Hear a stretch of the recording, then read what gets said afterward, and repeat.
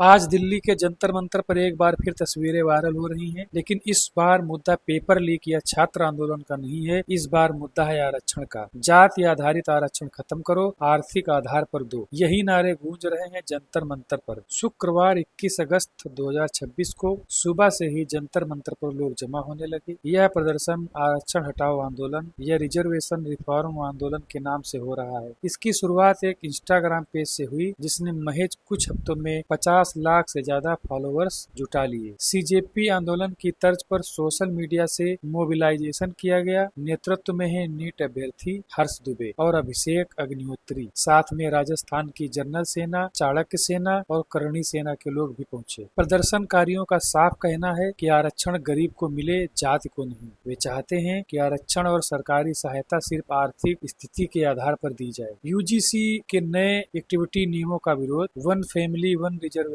Policy और SC/ST act की समीक्षा। एक प्रदर्शनकारी का कहना था, गरीब व्यक्ति चाहे किसी भी जाति का हो, उसे मदद मिलनी चाहिए, अमीर को आरक्षण नहीं चाहिए। दिल्ली पुलिस ने एक दिन पहले ही साफ कह दिया था कि जंतर मंतर पर इस प्रदर्शन की कोई अनुमति नहीं। नई दिल्ली में धारा 163 लागू है, फिर भी लोग पहुंच गए। पुलिस ने विकल्प दिया, रामलीला मैदान जाओ, वहाँ 500 लोगों तक की अनुमति है, लेकिन प्रदर्शनकारियों ने मना कर दिया। अभिषेक अग्निहोत्री ने कहा, हम यहाँ मंच लगा रहे हैं और यहाँ से नहीं हटेंगे, संख्या बढ़ रही। हर्ष दुबे बोले, हम प्रधानमंत्री नरेंद्र मोदी को मेमोरेंडम सौंपने के बाद ही हटाएंगे। शाम होते होते स्थिति बदल गई। दिल्ली पुलिस और RAF पहुंची, बैरिकेडिंग हुई, कई प्रदर्शनकारियों को हिरासत में लिया गया, कुछ को बसों में बैठाकर हटाया गया। सोशल मीडिया पर कुछ लोग लाठीचार्ज की भी बात कह रहे हैं।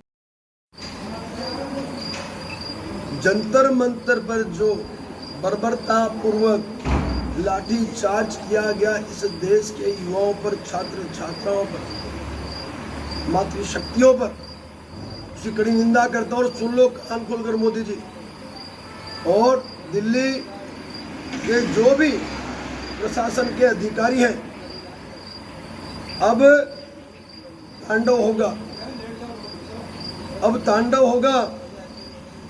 ये जो घटना हुई है, ये बर्दाश्त नहीं करेंगे हम लोग। युवाओं पर अत्याचार बिल्कुल नहीं करेंगे हम लोग। ये बर्दाश्त के बाहर की बात है। बहुत जल्द आ रहा हूं मैं, बहुत जल्द आ रहा हूं और एक एक बर्बरता का जवाब लिया जाएगा आपसे। खंडन करता हूं मैं इसका, कई शब्दों में विरोध करता हूं। युवाओं के साथ अत्याचार बर्दाश्त नहीं होगा। वो अपनी मांग को लेकर वहां बैठे थे, उनकी मांगे सुनने की आवश्यकता थी, उस पर चर्चा की आवश्यकता थी, और बैठ भी गए तो आपत्ति क्या थी। बच्चों की मांग रिफॉर्म की थी, उस पर चर्चा करने की आवश्यकता थी। मैं विश्वास दिलाता हूँ इस देश के समस्त समान वर्ग के युवाओं को, आरक्षण रिफॉर्म होगा, आरक्षण रोल बैक भी होगा, और जितने भी काले कानून आज तक हम पर थोपे, उसका जवाब भी अब इनको दिया जाएगा। आवश्यकता पड़ी तो इस भाजपा की केंद्र सरकार को उखाड़ भी फेंका जाएगा। जय छात्रदेव, जय श्री राम।